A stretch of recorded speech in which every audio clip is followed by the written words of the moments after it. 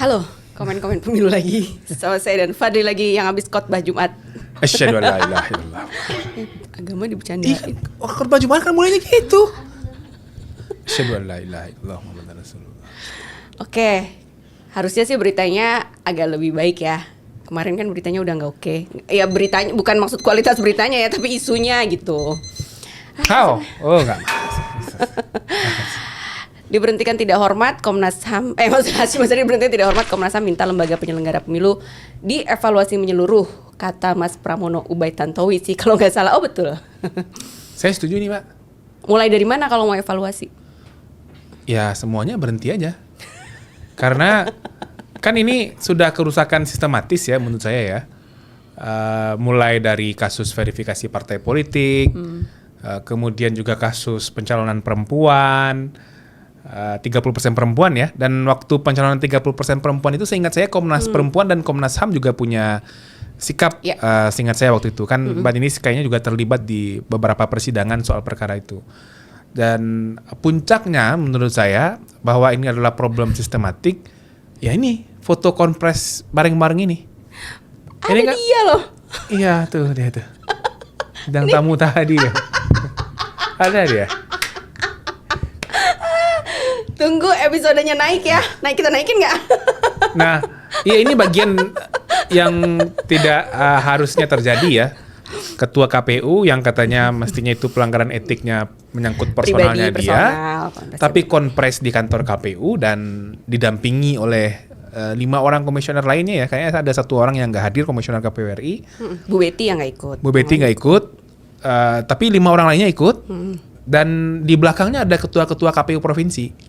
Lagi ngapain mereka waktu itu? Nih saya ingat nih Bu, ini nih yang pakai kacamata, Bu Andi Tenri Sompa namanya, ya kan? Ketua KPU Kalimantan Selatan kayaknya. Nah yang pakai kacamata di antara Bu Andi dan Pak Hashim saya nggak tahu. Terus ada Mas Wahyu juga tuh. Wahyu Dinata. Wahyu Dinata. Ketua KPU mana? DKI Jakarta. Dan saya setuju sih sama Mas Pramono, dan kayaknya Mas Pram kan mantan komisioner KPU RI juga ya Mbak ya. Saya rasa dia mengikuti dengan baik ya persoalan-persoalan yang terjadi di KPU periode ini. Sorry. Konteksnya jadi Mas Pram tuh bilang perlu ada pencegahan penanganan terkait dengan tindak pidana kekerasan seksual. Oh itu saya setuju. Saya setuju. Jadi harus ada bikin SOP-nya, nggak apa-apa lah telat ya daripada nggak ada sama sekali kan. Sekarang nggak ada SOP-nya? Baru mau bikin. Lebih keren perlu deh berarti daripada KPU. Perludem punya loh. Iya. Kode etik karyawan. Iya. Cuma 18 orang. Ini berapa ratus orang nih mereka nih? Tuh Mbak Irma yang bikin. Lanjut. Agus Raharjo tanyakan putusan Bawaslu soal calon terpilih DPD. Kondang Kusumaning. Ayo ada Donald Faris. Kamu nggak mau nyebut kan? Ada siapa? Saya ada sebut, Mas Donald, ada Mas Febri, gitu. Ada Mas Rasa Mala. Belakang tuh Mas Rasa Mala ya. Ya kemarin kan kayaknya teman-teman visi Law Office dampingin Pak Agus ke KPU ya. Jadi ceritanya adalah Pak Agus Raharjo, mantan ketua KPK ya, dia kemarin ikut calon DPD di Jawa Timur. Suara dia tuh urutan kelima ya, 1, 2, 3, 4, nomor 5. Tapi kemudian yang nomor 4 didiskualifikasi, gitu ya? Iya, karena tidak memenuhi syarat ternyata Mbak, yang peroleh suara keempat. Nah pertanyaan saya adalah Pak Agus kemarin ke MK nggak? Seingat saya Pak Agus nggak ke MK. Oke. Jadi ini kasusnya, saya baca beritanya kemarin ya. Pak Agus itu peringkat kelima di DPD Jawa Timur. Perolehan suara yang perolehan suaranya di peringkat kelima. Yang terpilih kan 4, 1 sampai 4. Nah peringkat 4 ini Mbak, dia itu ternyata adalah staf dari salah satu anggota DPD dari Jawa Timur juga atau dari Kalimantan gitu. Dan nggak mundur ternyata waktu staf mencalonkan. Bukan, staf yang kemudian menerima upah dari lembaga negara.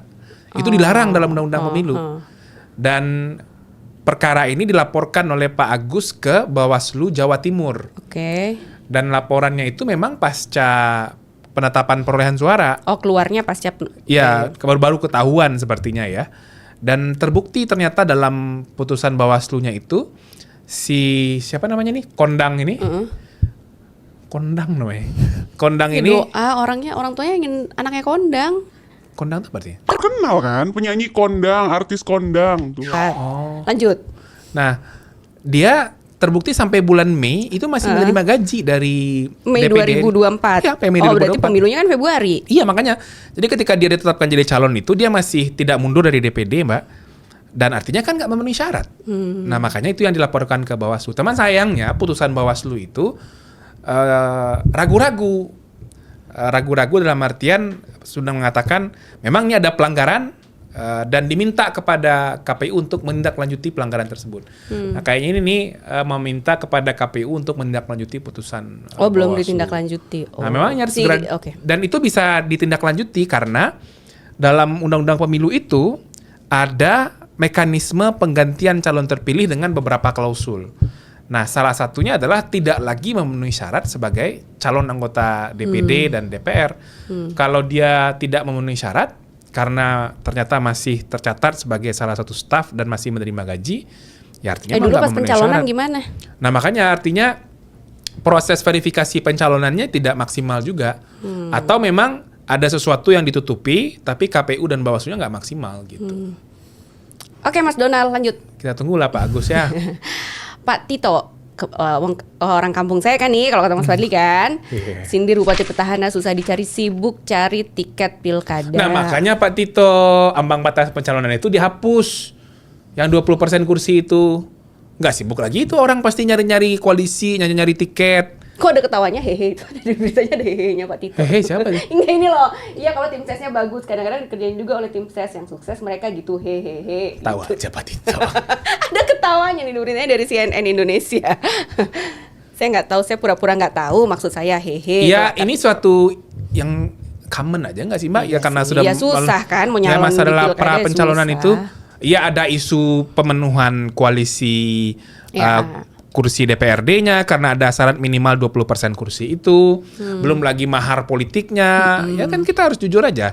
Ya sibuk lah pasti calon kepala daerah. Nah makanya kalau mau ya ambang batasnya dihilangkan. Jadi bukan diubah jadi milih nggak langsung ya? Iya. Emang dia mau milih nggak langsung?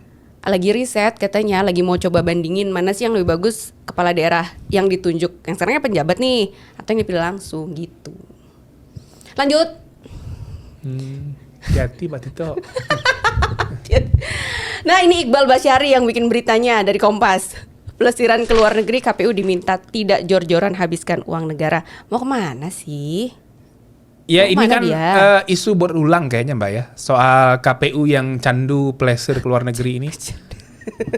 Kecanduan mereka kan ke luar negeri ini. Kan Mbak Nini ingat gak waktu Banyak-banyak minum air putih. Sober, jadi kalau itu kan sober minum air putih. Ya nggak, Bal? orang biasanya candu obat ya. Ini candu ke luar negeri berarti beli tiket dulu gitu ya. Ngurus visa. Lebih parah ini berarti. Banyak-banyak minum air putih deh. Mengucap lah, biar mengucap. sober. Biar sober ya, Bal. Astagfirullah, Ya. gitu. Betul ya, Bal ya? Iqbal Kobam. Itu surat apa tuh Bu? Surat. Ini surat yang dia minta permohonan untuk bisa dapat visa calling ke Visa calling itu visa cepat itu ya? visa calling. Visa cepat ya. Dia mau ke Inggris kan? Ditujukannya ke duta Nah besar. ini kan pemilunya udah selesai. Ngapain lagi ke luar negeri ngapain? Mungkin di Inggris lagi pemilu. TPS di TPS PSU di TPS-nya Rishi Sunak kan kalah Rishi Sunak kemarin kan. Urusannya sama mereka apa? Cross learning. Cross learning, pemilunya hancur lebur cross learning. Iya, coba tahu. TPS 3 jatah mobil tuh ada juga tuh. Ini kan kayaknya bukan sesuatu yang baru-baru terjadi. Kalau Mbak Denis ingat waktu menjelang pemilu, seingat saya, ada kejadian. Jadi KPU sudah memohonkan ke Komisi 2 untuk rapat dengar pendapat. Oh, yang nggak ada semua ya? Konsultasi peraturan KPU. Terus nggak ada yang datang. Terus nggak ada yang datang karena lagi keluar negeri semua. Jadi wajar aja kalau PKPU-nya terlambat, PKPU-nya tumpang tindih, syarat calon penetapan terpilih ditaruh di syarat pencalonan, ya wajar aja sih. Candunya keluar negeri. Banyak-banyak minum air putih, beneran dah. Lanjut. 3 juta mobil loh. Ah, ini siapa? Pak Doli. Pak Joli. DPR akan minta kesediaan Iva Rosita jadi pengganti Hashim di KPU. Mau lah ya Mbak Iva, kenapa Rosita nggak ini mau? siapa? Iva Rosita ini Mas Fadli. Ini kan Pak Hashim dipecat nih. Anggota KPU tinggal 6. Kan harus ada yang gantiin. Nah, yang ganti namanya Ibu Iva Rosita. Oh, Bu Iva ini peserta seleksi 2022 yang tidak terpilih. Oh ya, iya. jadi iya. kan ada 14 fit and proper test 1 sampai 7 2002 dilantik. Ya 8 sampai 14 kan PAW-nya. Daftar tunggu. Iya. Pak Firian meninggal di peringkat ke-8. 8. Peringkat ke-9 Bu Iva. Bu Iva ini kayaknya penyelenggara pemilu juga Iya, kan? di Kalimantan Timur. KPU provinsi di Kalimantan KPU Timur. udah periode kedua kalau nggak salah. Bu Ya Iva. berarti artinya kalau Artinya kalau Bu Iva masuk perempuannya ada 2 di KPU. Oh iya. Bagus lah. Asik kan? Sesuai lah dengan apa yang dulu didorong waktu Iya dong, seleksi kan. masa cuma 1 Kenapa perempuan di dari KPU? beberapa periode Iya. Satu sejak mulu kan. 2012, 17 Iya. selalu perempuan disisakan satu Waktu itu Bu aja Ida, gitu. terus Bu Evi Bu sendiri Evi. kan. Padahal ada perempuan lain kan Ada, yang ada iya. di DPR itu. Yang agak banyak tuh zamannya Bu Endang, ada Bu Endang, Bu Fal ya? nggak beda. Oh, Andi Nurpati. Andi Nurpati apa? Temannya Mbak Ninis. Bu Yanti, Sri Nuryanti. Temen saya Bu Yanti. Iya Bu Yanti Bu Andi temen aku. enggak. Bu Andi enggak. Jadi ya tidak perlu berlama-lama lah ya, kan maksudnya dia ya kan kalau kan syarat anggota KPU misalnya dia harus dicek independensi, dia bukan orang partai ya. Mbak Iva kan penyelenggara pemilu Iya, juga makanya kan. kalau baca beritanya Pak Doli ini, Ya bagus lah. yang akan dikonfirmasi itu dia masih Bersedia atau bersedia atau tidak. enggak. Itu nanti perlu tanya Mbak Iva ya. Yang kedua Kirain dia nanya anggota Mbak Ninis. parpol, anggota parpol atau tidak pasti enggak karena Iya, dia pasti penyelenggara enggak, pemilu. betul. Yang ketiga dia nyalek atau enggak, pasti Ya, enggak enggak, lah. dia penyelenggara pemilu. Iya. Jadi tinggal Mbak Iva bersedia aja atau enggak. Bersedia kan Mbak Iva? Coba telepon sekarang live. Bisa. Live telepon call dong. Kayak di biasa-biasa itu kan telepon. Iva ini ada berita gitu. Enggak, nanti ini saya kirim aja ke Bu Iva. Enggak, coba telepon sekarang. Alah.